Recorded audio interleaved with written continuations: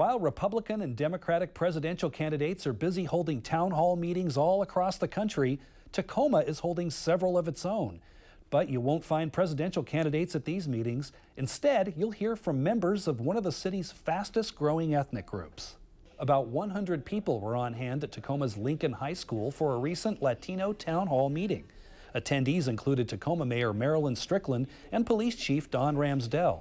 Organizers say these town halls are designed to help encourage the Latino community to get involved.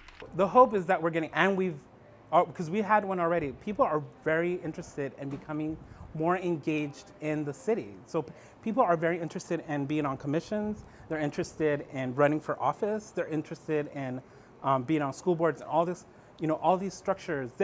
Our people are really ready for it. So we're hoping that people come away inspired and with a desire to work at addressing all of these barriers so that we do start participating in a lot of these systems. Of the many concerns that were addressed, the language barrier remains a huge issue that many members of Tacoma's Latino community face in their daily lives. Many say the lack of Spanish-speaking services prohibit them from being able to succeed. Like a lot of the information don't get translated.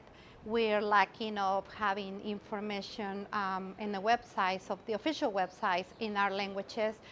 The meetings, the important meetings like city council meetings and other information meetings, they need to be translated in Spanish and other languages to get the community involved. Otherwise, we feel like left out. Members of the Latino Community Task Force say they hope these meetings better integrate the community's Latino population with the rest of the Tacoma community.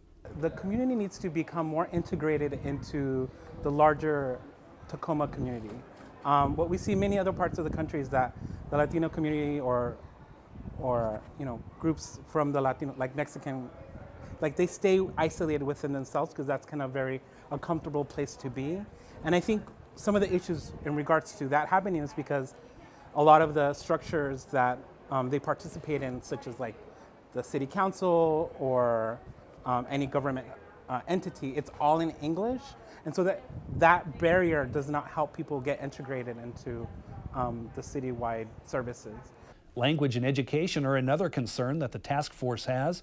They say they're working with the city and school district to make sure Latino students don't get left behind. For Northwest Now, I'm Chris Anderson.